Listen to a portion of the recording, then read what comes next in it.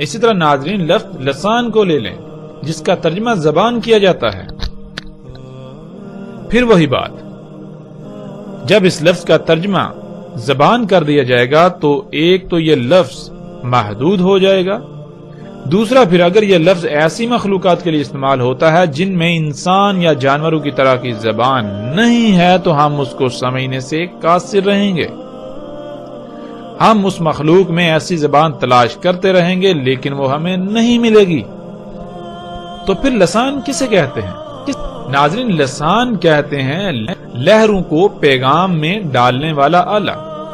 مثال کے طور پر آپ جب زبان سے بولتے ہیں تو کیسے بولتے ہیں، اس کی حقیقت کیا ہے؟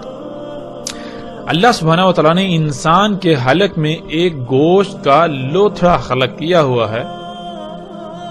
جب انسان بولتا ہے تو وہ لوتھڑا بہت تیزی سے ارتعاش کرتا ہے، حرکت کرتا ہے، تھر تھراتا ہے، جس سے بالکل ایسی ہی لہریں وجود میں آتی ہیں. خالی جگہ پر خلا میں ایسی لہریں وجود میں آتی ہیں جیسے بالکل پانی میں پتھر پھینکنے سے لہریں وجود میں آتی ہیں. پھر ناظرین زبان جب حرکت کرتی ہے تو وہ ان لہروں کو ایسی فریکوینسی میں ڈالتی ہے جس میں وہ پیغام ہوتا ہے جو آپ کسی کو دینا چاہتے ہیں. زبان ان لہروں کو پیغام کی شکل میں ڈالنا شروع کر دیتی ہے.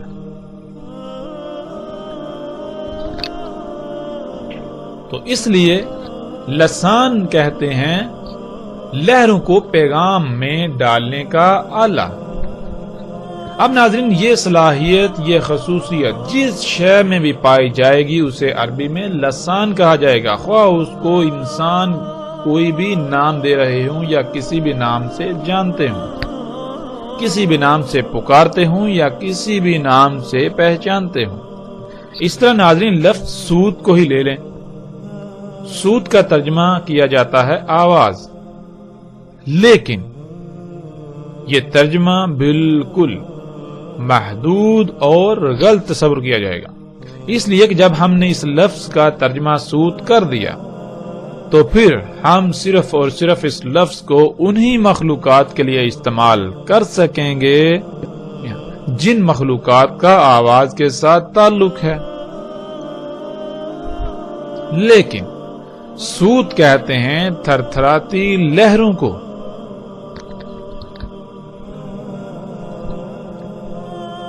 انسان جب ان تھر تھراتی لہروں کا ادراک کرتا ہے تو اس ادراک کو ہم آواز کہتے ہیں. اب ضروری نہیں کہ جن تھر تھراتی لہروں کا ہم ادراک کر رہے ہیں انہیں آواز کا نام دے رہے ہیں، انہی لہروں کا ادراک کوئی اور مخلوق کرے تو اسے بھی آواز کہا جائے. نہیں، تھر تھراتی لہروں یعنی سود کا ادراک ہر مخلوق کا الگ الگ ہے.